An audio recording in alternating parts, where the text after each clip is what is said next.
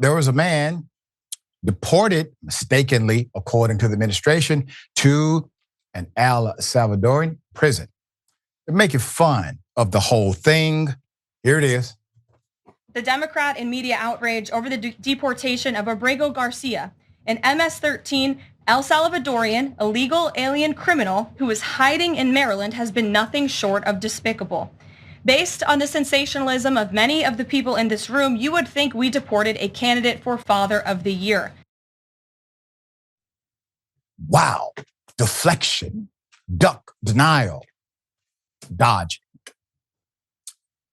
And Jesse Waters not making it any better. He thinks that wearing a Bulls cap is obviously a significant sign of gang activity. Here it is. In a hoodie. Garcia's a Bulls fan, but he's from El Salvador, and he lives in Maryland, not Chicago. The Bulls lost 60 games in 2019, so why the hat? Can Garcia name anyone on the team? Anyone on any Bulls team besides Jordan? Everyone from El Salvador knows what it means when you wear a Bulls hat. It means you're MS-13. When you're in Compton, you don't accidentally wear red and say, oh, I didn't know red was Bloods. If you're a Latin American illegal alien in Maryland, you don't accidentally wear Chicago Bulls gear and hang around with high-ranking gangsters from MS-13. This is the reason he had to break into the country. Are you ready? A local gang in El Salvador was shaking down his grandma's tortilla shop. And his lawyers say if he gets sent back to El Salvador, he's a dead man. It's a tortilla blood vendetta. Seriously.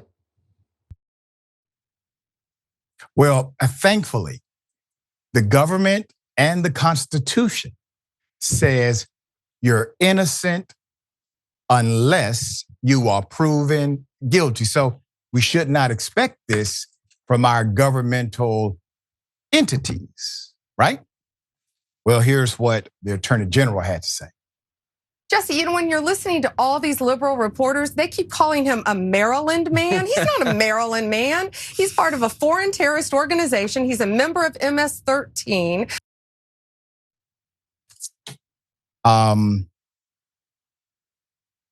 So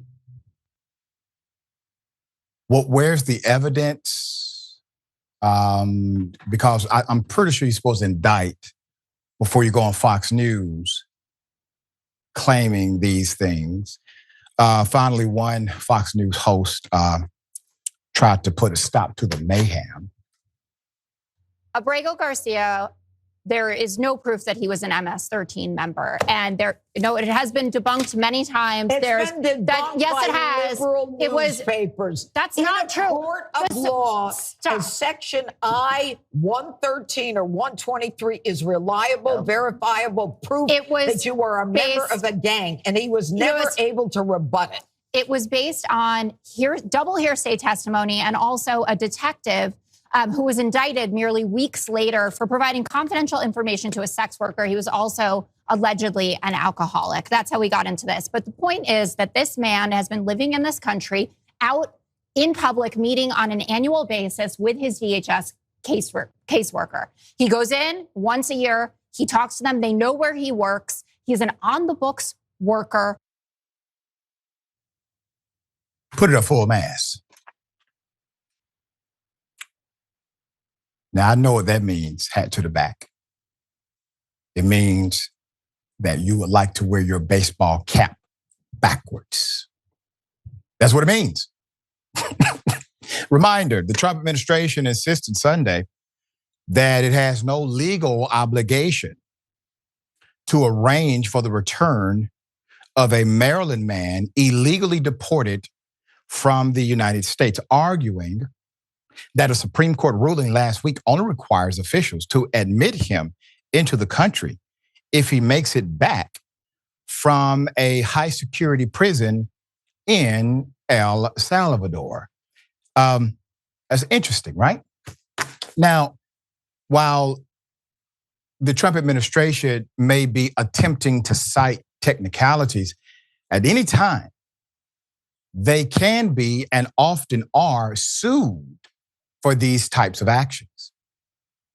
When those suits are settled or when they are found to be liable, meaning the American government, they don't pay the tab. We do. There's more. Garcia is being held at a notorious prison in El Salvador, along with many other deportees, as well as with members of vicious drug gangs whose potential persecution of Garcia was the basis for the court granting him the legal permission to remain in the United States in the first place. So let's go to Maryland Senator Van Hollen visiting El Salvador to check on Garcia. All right, so in a letter, Van Hollen wrote that he urgently wants to meet with Bukele this week. He also said Mr. Garcia should never have been deported and he should not spend another day at the Terrorism Confinement Center in El Salvador. The senator also said he is working through the embassy to set up meetings with the Salvadoran government leaders and potentially meet with Mr. Garcia, who is still in custody of a supermax prison. It's not likely he will get that meeting. Quote, I may be the first senator or first member of Congress to go down to El Salvador, but people are going to keep coming until he comes home, Van Hollen said. The one cop who claimed Mr. Garcia was MS-13 got suspended a month later for, quote, serious professional misconduct and pled guilty. There is no evidence Mr. Garcia is in a gang or a terrorist. He has not ever been convicted or even charged with such crimes, nor affiliations, or any crime, period. Specifically regarding the MS-13 allegation, a new report by Greg Sargent at the New Republic has further shattered that claim's already extremely shaky credibility. Quote, but not only is the existing evidence of his criminality exceedingly thin, we've now learned that the officer who attested to it was suspended very soon after for serious professional misconduct, suggesting the whole process may have been even more dubious than previously known. How much more dubious can it be? Can we put some dots together? Why is the administration so concerned about sending a non-gang member to a gang member territory where it is known that he may not survive? Why are they trying to build a case against someone who has no case built against them? Why have they not charged? Why have they not provided information? Why is it that they are seemingly in a coordinated conspiracy with the other team? Meaning the guys that they claim are gangsters. Because it seems like to me, it's a setup. Just give me the 100. All right, Jackson, thoughts? This administration is just completely delegitimizing America as a whole. Our relationships with our closest allies, Canada and Mexico, are on the fringes because of Donald Trump. The rest of the world is literally uniting and rerouting agreements to basically make it such that the United States, I mean, we're not going to become irrelevant, but no longer having so much control and pull over the rest of the world, because clearly we can't be trusted. There's no telling who this country will vote into office, and there's no telling it will, let alone Donald Trump, who's going to come after him. Even if we get somebody who's, more amicable with the rest of the world, what difference could that make? We may vote in another Donald Trump. But I mean, this administration is making mistakes so grand that they can't be ignored. Like, there's really no room for argument, and that y'all are sending the wrong people to these prisons. And then they're like, even despite the fact that the Supreme Court is telling y'all to bring people back, y'all like, nah, we just not gonna do it. This is a serious problem because in a lot of ways, we've never been here before, and we're still so early into the Trump administration.